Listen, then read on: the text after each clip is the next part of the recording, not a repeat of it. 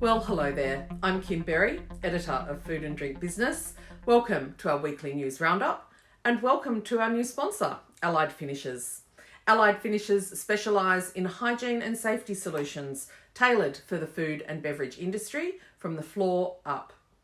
In the news this week, we have a special industry report for you looking at the selling and buying of food and beverage businesses. Mark Ostron from Groves and Partners provides real insights into the market, reviewing the key buyers, motives for acquisitions, and how sellers can ensure that they secure a lucrative exit. Beston Global Foods' latest trading update says its financial year for 2023 is looking good, with sales agreements in place for its entire dairy division and almost all of its expected lactoferrin production. Beston Global is another company that has benefited from the US infant formula shortage, saying that it has made significant inroads into the market in the second half of financial year 2022. It has also received TGA approval for its TruFerrin and Immune Plus lactoferrin products, which will allow it to access the growing and lucrative nutraceutical markets. The company has also had major management changes in the last 6 months. Fabrizio Jorge is now CEO. He was Chief Operating Officer at Bubs Australia for just under a year before taking the role, and prior to that was based at Fonterra. David Isherwood is the new Chief Manufacturing Officer after 20 years at Fonterra.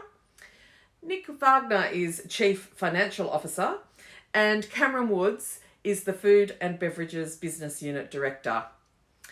United Malt, one of the world's largest suppliers of malt, announced a profit downgrade, with the ASX responding just how you would expect, with the share price falling about 17% and $188 million being wiped from its value. The biggest punish for the company has been the ongoing drought in Canada, but also a wet summer in North America, which caused major issues and significant deterioration of the barley crop. That, of course, then required grain to be imported, which, of course, then increased production costs, which was then compounded by supply chain woes that were not resolved as anticipated. Still, CEO Mark Palmquist said that FY23 was looking much more promising, with Scottish plants coming up to full operation and the US crop looking secure. Kellogg ANZ has a new Chief Financial Officer, Shane Williamson.